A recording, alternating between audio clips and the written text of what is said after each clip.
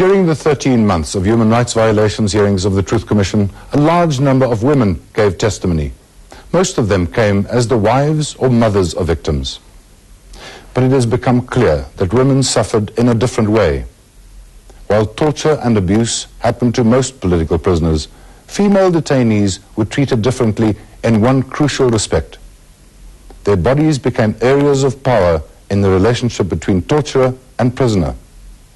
Women faced rape or the threat of rape, forced abortions, and constant verbal abuse about their sexuality. The women always come there talking about what happened to their sons, to their husbands.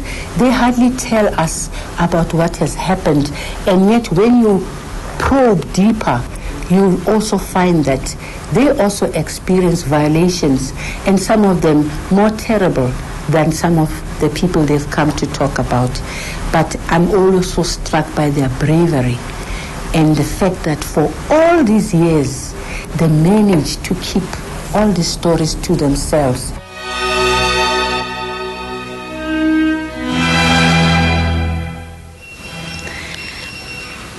They made me stand the whole night.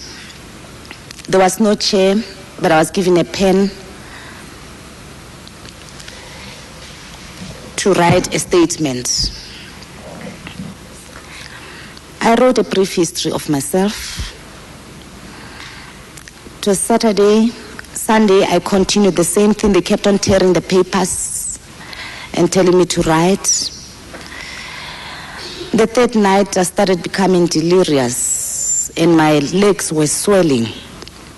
Eventually, I must have passed out. I was bleeding. I must have passed out because when I came to, I was lying on the floor, all wet. They must have poured water over me.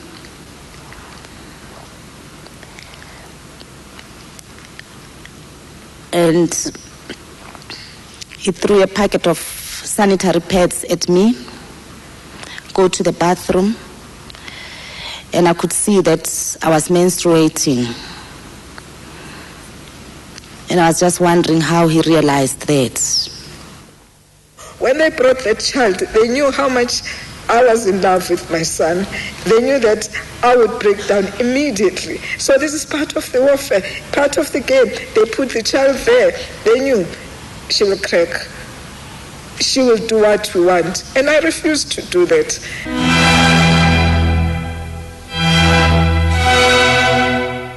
At one stage, they asked one of the men to rape me. He didn't actually do it, but he did come, towards me as if he was going to do it. And it was all part of a game that they were playing. I was terrified that one day I would be gang raped by those bullies.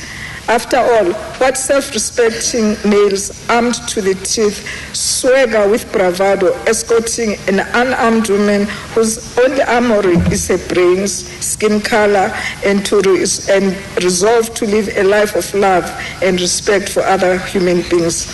But not only were they victims of detention without trial, but they were also victims of abuse, victims of rape during interrogation, victims of unwanted pregnancies from the security forces who were taking them in and out of detention.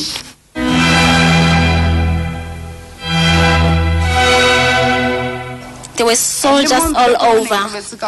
Even on the bed where I was, in the labor ward, the soldiers were surrounding my bed. My doctor, whom I remember very well, Dr. van der Walt, asked those soldiers to move away from the room because I cannot help this woman with you around. They were all men. They refused because I heard them talking over their radios, and then afterwards they told the doctor that they should be there when I'm giving birth.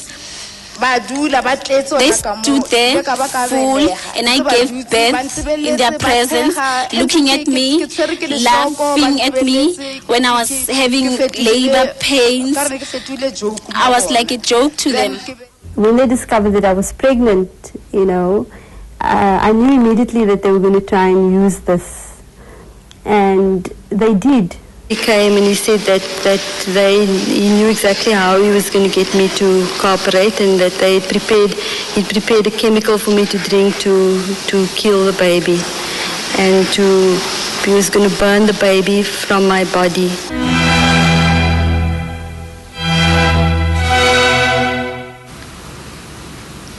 The beating up lasted for a week. I was asthmatic, and they refused to give me medication.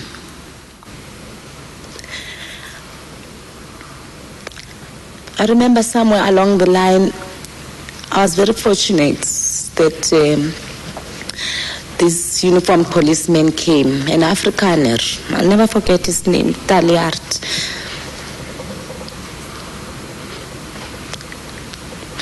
He told me that he thought I was mad. I was just a mad person. I tried to explain to him, and he listened carefully and understood that, no, I was actually a political prisoner and I had just been tortured.